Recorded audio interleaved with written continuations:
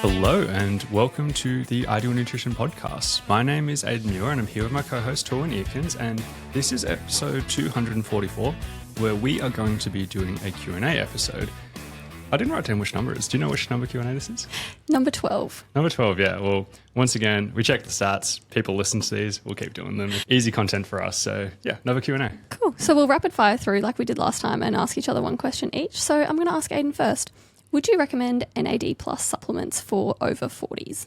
So NAD plus stands for nicotinamide adenine dinucleotide. That's why we say NAD. It's a coenzyme that is essential for energy metabolism, so ATP production specifically, and also DNA repair. Levels naturally decline by up to about 50% by age 40, which is part of why this question exists and also part of why it is popular.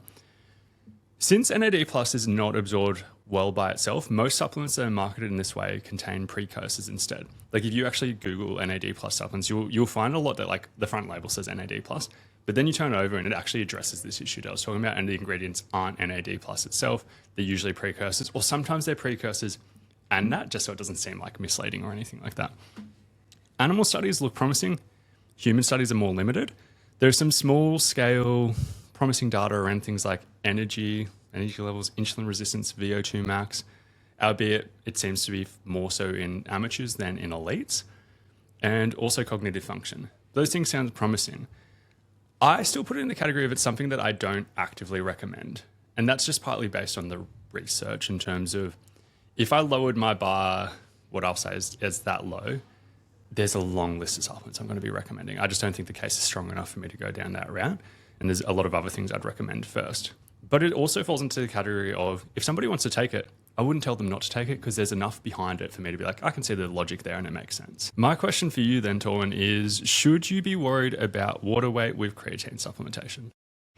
Not necessarily, but it is one that a lot of people are concerned about, specifically when I see young females. So people are concerned that the water weight often will make them look puffy or bloated. That's not always the case. The increase in water weight is actually at least 50% intracellular, so inside the muscles. Some research actually skews this at a higher percentage, more than 50%, but if anything, that just makes you look a little bit more fuller and muscular.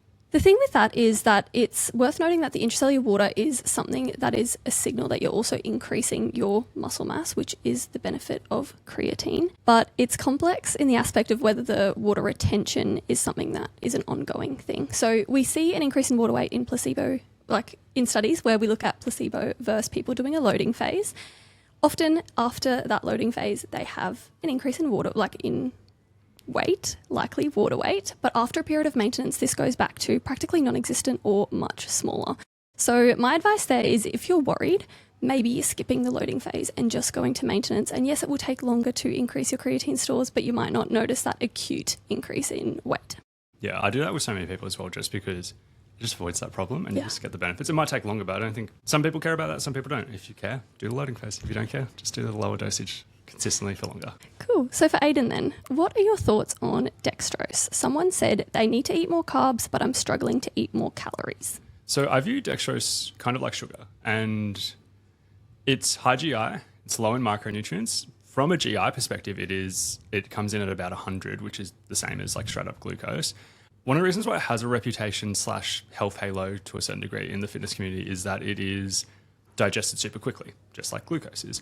But that only really matters if glycogen repletion needs to be done quickly as well. So if somebody is training multiple times per day, the same muscle groups, I would probably care about that. This question specifically was around struggling to get more calories in. If you went down the dextrose route, I would probably say you could go down the anything route. Like you could have basically any carb source and it would be equally as good, if not better. I would encourage probably going down the route of something that contains a good amount of micronutrients as well, maybe fiber and other stuff as well. But it does fall into that odd category of something that it has that health halo because of that kind of perspective about repleting glycogen. But in most cases, that just doesn't matter, and it would come out basically the same as sugar. So I don't recommend it for this. And if you're looking for more calories, you may as well have something, if we're looking at water factors, focusing on healthy fats or something that is that lower volume, but it's going to give you a bit more bang for your buck than something like a straight dextrose powder. Yeah, potentially. It just depends if somebody's like also trying to keep fat low as well. Like, there's a lot of logic here, but yeah, like I wouldn't recommend it. Okay, so somebody said that they have strong textural sensitivities and they don't have many fruits and vegetables. How can they cover their micronutrient intake?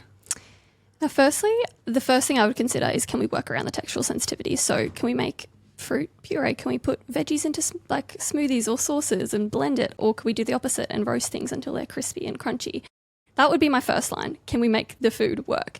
If none of that is an option and it's truly like we cannot get any of those food in, then I might look at using supplements, because generally when we're not having fruit and vegetables, there are some common gaps like vitamin C. Again, we said potassium, magnesium, general fiber, antioxidants, folate, that sort of thing. So when we're not having that, we could use something like a general multivitamin to help cover a general lack of micronutrients, maybe a fiber supplement to help keep bowels regular, and then obviously targeting specific gaps too.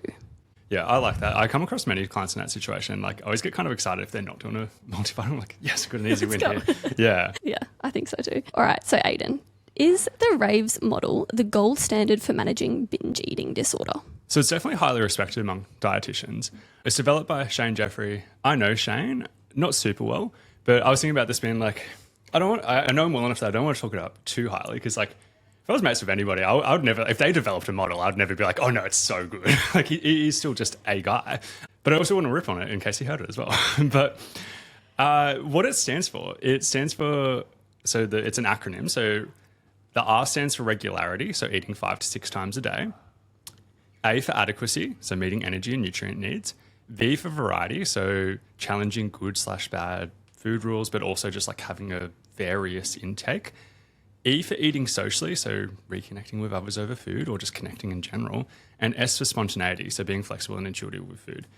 If you're doing all of those things, you're very far from disordered eating at that stage. And it's also laid out in order where we're probably working through those things in order. A lot of those things align with what I do with binge eating disorder as well.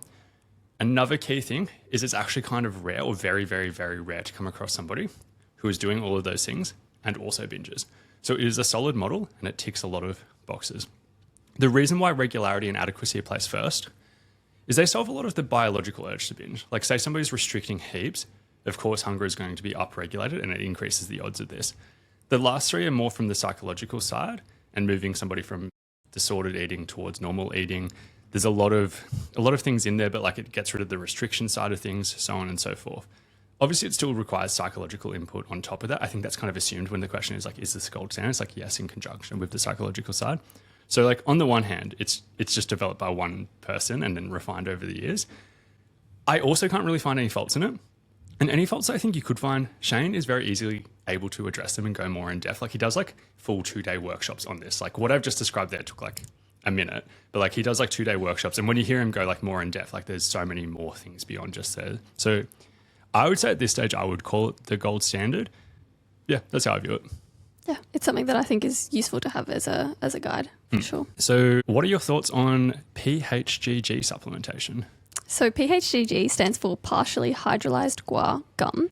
And I really like PHGG. It's a slowly fermentable, low FODMAP prebiotic fiber supplement. So what it does, it helps support gut health by feeding beneficial bacteria. It can help aid stool regularity, not necessarily affecting stool bulk or transit time, but it's typically well tolerated because it's low FODMAP and it's not a terrible texture either. So I do like using it specifically if either people have done a dose of antibiotics and are doing some probiotics, so something like that alongside a dose of probiotics, or if they have a restricted prebiotic intake, for example, a low FODMAP diet. As with any fermentable or fiber supplement, I would start low, so maybe 3 grams a day, and then work up to 5 to 10 grams per day. Cool. I had follow-up questions. You answered all of them in the way. So Aidan, can you reverse or rebuild lost bone mineral density? You absolutely can, and I get surprisingly excited about this. I don't know if we've spoken about this. I did my systematic review back in university on vitamin D and calcium supplementation for fractures risk.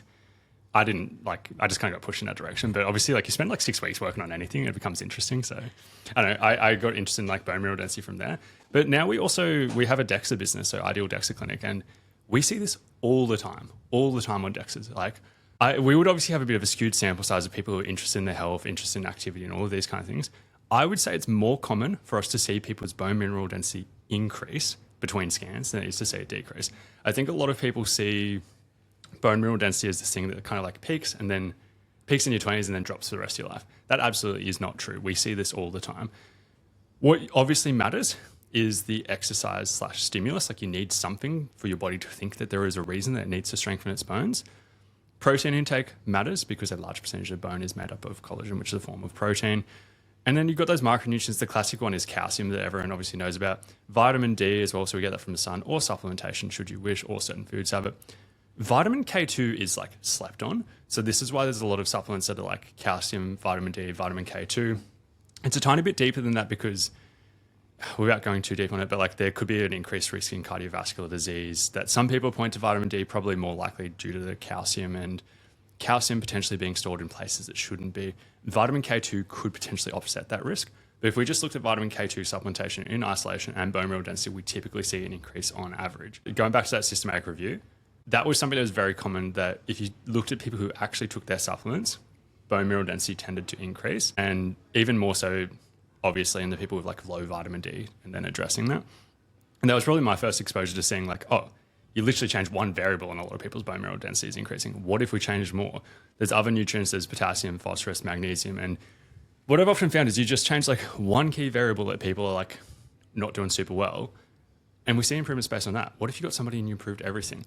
The one rabbit hole I've gone a bit down that I haven't got a good answer on is, to what extent can you do this the more progressive it gets? So you absolutely can do it for somebody who's got solid bone mineral density. You can definitely improve it to great. You can get somebody who's like poor/around the osteopenia route. What I haven't got like a good answer on is osteoporosis reversible? And I'm sure that there are cases, right? But what gets hard with osteoporosis is you probably have two factors. One, somebody's been living their life a certain way for an extended period of time. So there'd be so many things that you would need to change, and it's hard to see large sample sizes of people changing that. I don't think that's the biggest barrier. I think what is the biggest barrier is the exercise stimulus. The further progressed you get with this, the harder it is to do certain things that are a good stimulus. Like, we see things like lifting. The heavier you lift, typically the better this is. On our Dexes, we literally, like, every powerlifter who comes through, insane bone mineral density, like such good bone mineral density. But then also another form of stimulus is any form of like impact, where it's like running, jumping, or anything like that. And the further progress you get with like low bone mineral density, the less safe those activities become. So it's almost like the earlier you can get onto this, the better. But it's very much something you can reverse and rebuild in many, many cases as well. The final question we have for today, and I think we've made good time, is, do you need protein immediately after training? I would say the anabolic window is some form of a gym bro myth, and I'll explain to you why. But it's the idea that immediate protein intake, the idea of that is that you need it immediately after, but that's not necessarily true. So for optimal muscle growth, we look a lot more at things like total daily protein intake. That matters a lot rather than precise timing. There are reviews that indicate that your window of muscle protein synthesis is highest around 4 to 6 hours after training, potentially even elevated for 24 to 48 hours after resistance training. So that's why we always say we want to prioritize that overall daily protein distribution over that acute timing. 1.6 to 2.2 grams per kilo of body weight daily, spread across multiple meals. If you are someone who hadn't eaten around training or before training, potentially doing something like 20 to 40 grams post-workout, if that's convenient, works. But it's not necessarily this magic window that's going to make you gain a lot of muscle. Cool. Well, we will wrap up there. So this has been episode 244 of the Ideal Nutrition podcast. Thank you to everyone who asked questions, and thank you to everyone who has listened.